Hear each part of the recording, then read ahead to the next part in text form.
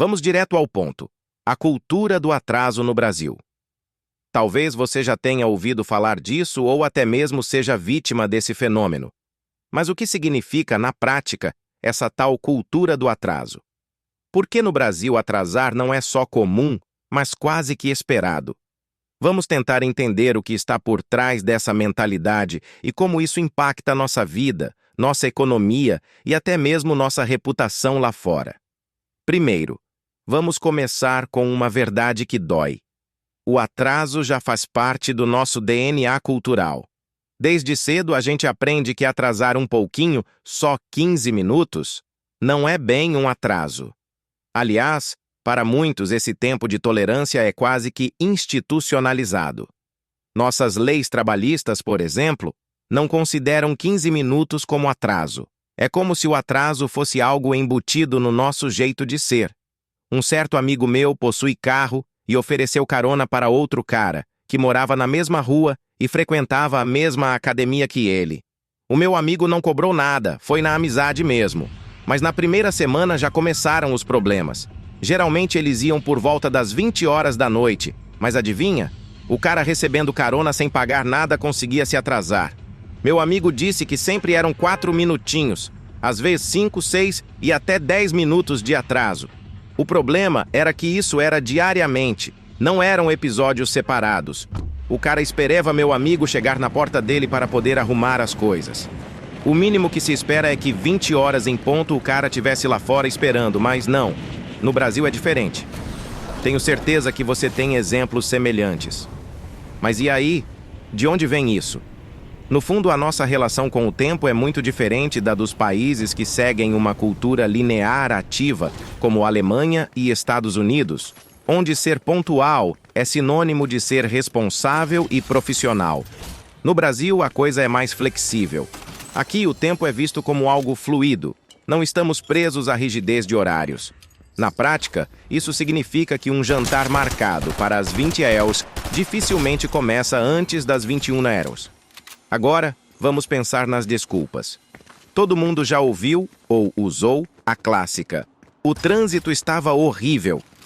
Pois é, o trânsito ruim lidera o ranking das desculpas mais aceitáveis no Brasil, seguido pelo perdi o ônibus e meu relógio não despertou.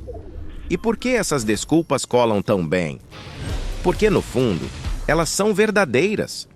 Nosso sistema de transporte é tão imprevisível que, em muitos casos, é realmente o culpado pelo atraso. Mas isso acaba sendo uma desculpa conveniente para um problema maior, que é a nossa tolerância cultural ao atraso. Mas olha só que interessante. Essa tolerância tem seus limites. Se por um lado a gente aceita chegar atrasado em festas, encontros com amigos e até consultas médicas, a história muda quando o compromisso é sério, tipo uma entrevista de emprego ou uma prova de concurso. Nesses casos, a pontualidade volta a ser prioridade. Isso mostra que o atraso no Brasil é situacional, depende do contexto e do grau de formalidade do evento. Agora vamos falar de como isso afeta a gente no dia a dia. No sistema de saúde, por exemplo, o atraso é quase que endêmico. A pessoa espera meses por uma consulta no SUS e quando chega lá, ainda tem que esperar mais porque o médico também está atrasado. Isso vira um ciclo sem fim de espera e frustração. E esse comportamento não para por aí. Ele se estende para as obras públicas, para os serviços essenciais. Tudo parece demorar demais. E o brasileiro pacientemente continua esperando. Já estamos tão acostumados com essa ineficiência que parece que perdemos a capacidade de nos indignar. E o mais surreal é que essa cultura do atraso é tão forte que até nas obras para a Copa do Mundo de 2014, algo que deveria ser um orgulho nacional, vimos atrasos. Projetos importantes ficaram pelo caminho, mostrando que, apesar de toda a paixão pelo futebol, a burocracia e a lentidão continuam vencendo o jogo. No final das contas, a cultura do atraso é um sintoma de algo muito maior.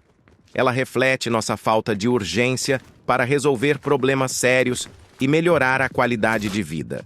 é um sinal de que, enquanto na superfície a gente diz querer mudanças, na prática, seguimos acomodados na ideia de que as coisas simplesmente não vão mudar. Então, o que fazer? Talvez a resposta esteja em começar dentro de casa. Educar nossos filhos a valorizar o tempo, a ser pontuais, a entender que cada minuto conta. Porque se continuarmos assim, o Brasil vai seguir atrasado não só nos relógios, mas no desenvolvimento e no bem-estar da população. Esse texto é um convite para refletir e, quem sabe, começar a mudança. Não é só sobre chegar na hora, mas sobre fazer o tempo trabalhar a nosso favor. Afinal, se o gigante acordou, tá na hora de ele se mexer.